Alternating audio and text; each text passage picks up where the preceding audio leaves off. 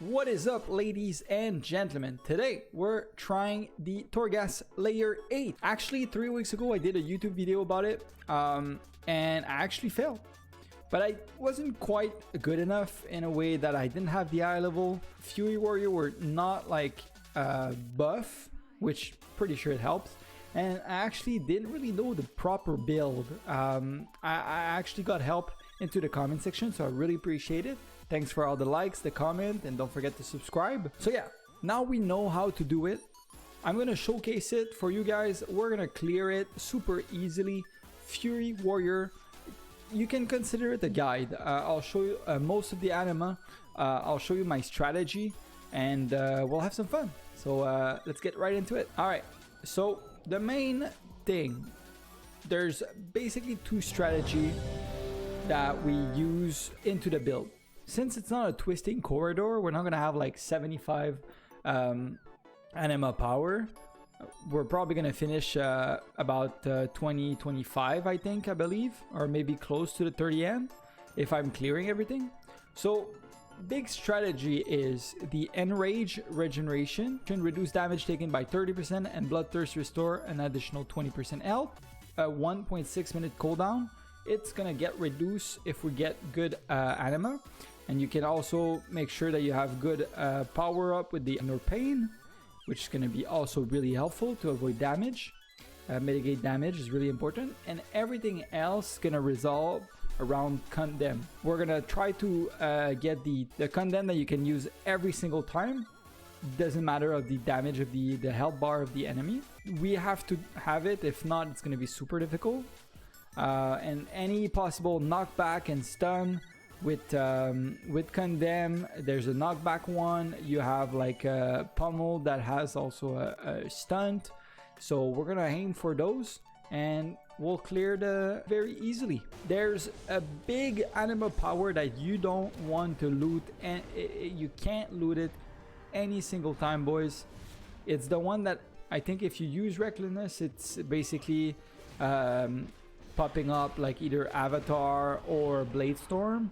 And the other one is increasing by like I think it's 60% or 40% the Bladestorm time. That one is super useless because you're pretty much dying whenever you pop Bladestorm. I don't really use it that much except if I know I can mitigate damage, but it's really not useful that much because you take so much damage in the period of time that you're casting Bladestorm. That basically if you increase it by 60% or even if you get it 2 times, it's basically just like a GG, you're dead, like 100%. A big thing, it's to be smart, be intelligent with your pull. Sometimes it's good to avoid certain pull, sometimes it's good to like take another mob with the elite one if you want to have like Bloodthirst, your Victory Rush. It's also pretty good, you know, so anything that you can get Phantasma with it, and those are really great. So if you take a mob, you kill it, and then you have like an extra stacks in the meanwhile, it's pretty good. Yeah, I mean, that's like really useless. Obtain 10 soul remnant, strength 30 increased by 30%, 13%. I always try to get as much as possible just because it's basically free. You just loot it and then it's GG. All right, we have our first Condemn. I don't really like to use Talents when there's another one that's pretty good. If not, I would probably take it. But we're gonna Condemn damage done and damage prevented are increased by 25%. So easy choice on that. Condemn's getting better. Like usually around the layer 4 or 5th, I'm not gonna like do all the packs. Usually the first 3, I mean I guess the first 2, because the third one is just the anima like buy time.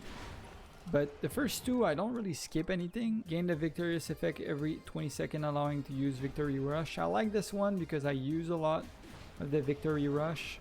Super useful, making sure I'm never dying. And usually I combine it with the Phantasma. There's usually one that basically allow me to get more, so basically at the end of the day I'm stacking those and buying as much Phantasma as possible. Alright, yes, that's it. That's the one. Ferocious Culling Blade. Condemn damage is increased by 100%. Casting Condemn 30 times allow you to use it at any time regardless of the target's health.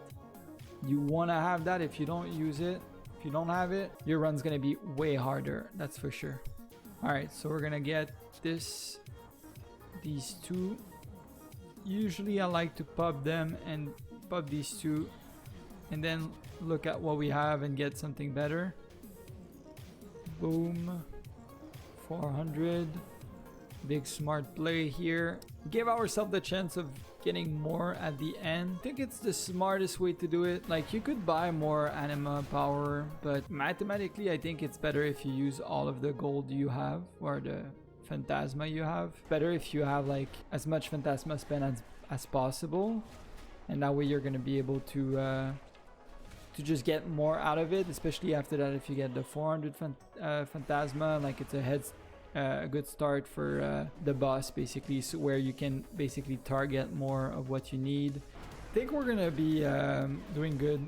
I'm just waiting for more condemn like anima power, but I think we're working our way up. We already have a lot of DPS because of the condemn increased damage. I'm confident about the run. I think it's gonna be easy peasy lemon squeezy. A real challenge start at 5. I mean, even like here we cleared like everything on floor on the 4th floor without really much difficulty. It was a pretty small one. I mean, game here, it's basically a good strategy. Since we're floor 4, we have 1 minute 5 to choose it. So we're gonna choose it, get in. We have 1 minute 5 to we're not taking damage for 2 minutes basically. Immune to all attack and harmful effect. It says 1.5, but now it says 2 minutes. I mean, let's say a minute and a half of like basically not taking any damage. So we can maximize the packs and the damage and make sure we're not dying, so that way we can pull like bigger. It makes it a little bit quicker, I guess. It's just, I think it's just a bad yeah, I think it's probably the worst floor to be able to spam that, because like there's a boring mechanic. So let's say here it's unfortunately a bad spot to have taken the immune, because like there's like kind of an added mechanic of like clicking the road and shit. Let's say it's just stairs.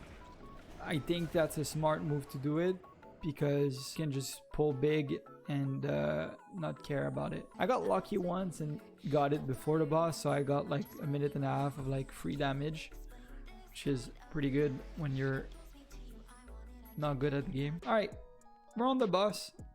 We have still 2 death remaining. Kind of a small mistake here and there, but it's fine. It's not my best run.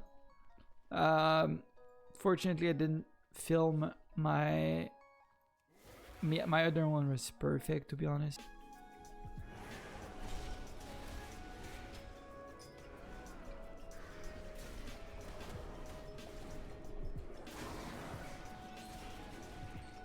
I should have waited for my enrage rejuvenation or whatever.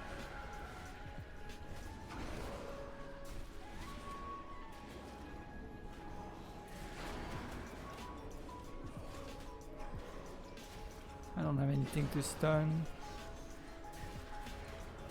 He's doing a lot of damage, to be honest. That's the problem. I think it was damage over time.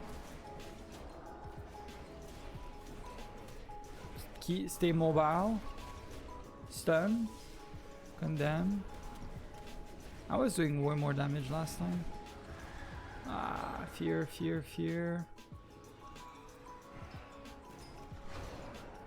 I'm gonna get one here. We have a potion now, so we're good. Play it smart. As soon as I see my life go down a bit, I can't do anything here. Potion. 50,000, we should be fine. Easy. Let's go. Let's get it, boys. So that's how you do Torghast level 8 with the Fury Warrior. Hope you liked it. If you want to give me feedback, if you want to know more, maybe if you want to see Twisting Corridor, guys, we're streaming on Twitch, well, Monday, Wednesday, Friday, and Saturday, most of it. Guys, leave a comment, let me know what you think, and see you next time.